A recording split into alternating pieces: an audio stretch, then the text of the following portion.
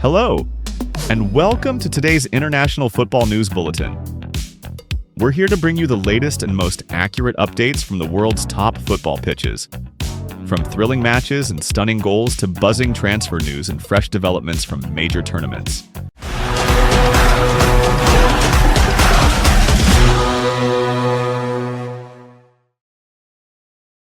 MU versus Tottenham. The worst Europa League final in history? It's rather fascinating that the 2024/25 Europa League final features two clubs currently sitting just above the relegation zone in the Premier League. Both Manchester United and Tottenham have endured disastrous domestic campaigns, yet somehow they've battled their way to the grand finale of Europe's second-tier competition. The road to the final, Manchester United may be a soft target in the Premier League, but in the Europa League, the Red Devils have been dominant. In the group stage under manager Ruben Amorim, United finished third behind Lazio and Athletic Bilbao, collecting 18 points from 8 matches. More impressively, they remained unbeaten. 5 wins, 3 draws, the only team to do so. This performance earned them a direct spot in the round of 16, bypassing the risky playoff stage. From there, United defeated Real Sociedad 5-2 on aggregate, edged Lions 7-6 in a thrilling quarterfinal, and demolished Bilbao 7-1 in the semifinals. The comeback win against Lyon will go down in history as one of the club's most remarkable turnarounds. Tottenham's path to Bilbao was quite similar. They finished 4th in their group with 17 points from 8 games, 5 wins, 2 draws, 1 loss.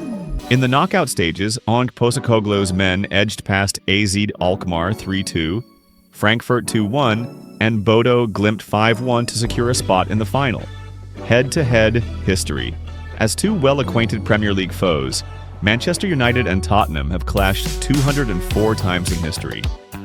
United have had the upper hand with 96 wins, 51 draws, and 57 defeats. However, recent encounters tell a different story. In their last 6 meetings across all competitions, Spurs have become a nightmare for United. The Red Devils haven't won a single one, losing 4 of them. In fact, United have lost their last 3 matches against Tottenham. The last time United beat Spurs was almost 3 years ago, in October 2022, when they won 2-0 at Old Trafford in the Premier League. Current form is a topic both sets of fans would rather avoid. Over the past weekend, both clubs played at home and both suffered identical 0-2 defeats. United, currently 16th, lost to West Ham, while Tottenham, 17th, were beaten by Crystal Palace. This latest defeat means Amorim's side cannot finish higher than 13th in the league. Their worst Premier League finish ever, and their poorest top-flight campaign since the 1973-74 season, when they were relegated. This season, United have already lost 17 league games. Tactically, United look disjointed with no consistency or cohesion in possession. Truthfully, without Bruno Fernandes, United might very well have found themselves embroiled in a full-on relegation battle. As for Spurs, year 2 under Postecoglou has been a nightmare. Against Crystal Palace, they were ripped apart by winger Eberechi, who bagged a brace. In truth, the scoreline could have been even more humiliating. It was Tottenham's 20th defeat of the season. The worst final ever? This raises the question, could this be the worst Europa League final in history? In terms of league position alone, the answer may be yes. Across the history of both the Europa League and its predecessor, the UEFA Cup. One comparable case is the 1993/94 season, when Inter Milan finished 13th in Serie A, just 1 point above the relegation zone, yet still managed to lift the UEFA Cup by defeating Austria Salzburg, now RB Salzburg. But this year's final in Bilbao, it could break all records, both statistically, with the two teams ranked 16th and 17th, and a combined 37 league losses, and aesthetically. The fact that one of these two sides will play in next season's Champions League almost feels like an insult to the competition. Players to watch for Manchester United, Bruno Fernandes is the standout figure, undoubtedly the most important player. The Portuguese playmaker has racked up 19 goals and 19 assists across all competitions this season. with 7 goals and 5 assists coming in the Europa League. His hat-trick against Sociedad in the round of 16 and brace against Bilbao in the semi-finals highlight just how crucial he's been. Other key players for United include Harry Maguire, Mason Mount, and Casemiro. For Tottenham, captain Son Heung-min remains their talisman, despite his dip in form this season. Alongside him, Pedro Porro, James Maddison, and Dominic Solanke have been standout performers. And for this final in Bilbao, Tottenham may have one more gift in store for United. A man named Mickey van de Ven. Pep Guardiola in tears as Kevin De Bruyne bids farewell to the Etihad. Kevin De Bruyne's farewell at the Etihad ended with applause, tears, and a permanent place in Manchester City's history. In the early hours of May 21st, Manchester City defeated Bournemouth 3-1 at the Etihad Stadium in round 37 of the Premier League. Goals from Omar Marmoush and Bernardo Silva gave the hosts a 2-0 lead by halftime. The second half saw a flurry of red cards as Mateo Kovacic, Manchester City, and Lewis Cook, Bournemouth, were both sent off. Despite being down to 10 men each, both sides managed to score once more in the closing minutes. The win lifted City into the top 3, giving them control of their destiny in the race for European qualification next season.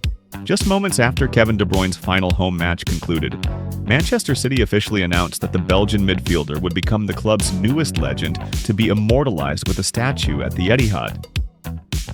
The 33-year-old could not hide his emotions as he said, "It means that I'll be a part of this place forever." De Bruyne will become the 7th Manchester City legend to be honored with a bronze statue, joining iconic names such as Mike Summerby, Francis Lee, Colin Bell, Vincent Kompany, Sergio Aguero, and David Silva. Club chairman Khaldun Al-Mubarak also presented De Bruyne with a giant mosaic artwork placed outside the Etihad prior to kickoff, and revealed that a new road connecting the academy to the first-team training complex will be named after the Belgian playmaker. After the match, De Bruyne was honored with a special solo light show, held right after he received a guard of honor and thunderous applause from his City teammates. The farewell became even more emotional with video messages from former teammates such as Sergio Aguero and Vincent Kompany, along with a touching message from De Bruyne's family, bringing even manager Pep Guardiola to tears. The club also presented De Bruyne with commemorative gifts, handed over by Dr. John Bell, son of club legend Colin Bell, Anne Marie, the late Bell's wife. Fighting back tears, De Bruyne shared, "I've always wanted to bring joy to people, play attacking, creative football, and enjoy every moment on the pitch. We've had an incredible 10 years together, achieving something extraordinary and taking this club to a whole new level. Everything feels so surreal now. It's been an unbelievable journey and an immense honor. Who could imagine 50,000 people waiting just to say goodbye? That feeling is indescribable. Thank you all so much." Manager Pep Guardiola also expressed his sorrow. "Today is a sad day. He will be deeply missed. But it's also a beautiful day for Kevin, and I'm happy we won. It was crucial for the rest of the season. I'm sure when Kevin first arrived, he wasn't a Manchester City fan, but now it's different. He'll forever be a part of this club because of the special bond he's built with everyone here." Real Madrid eye 4th major signing, with €58 million move for Nico Williams.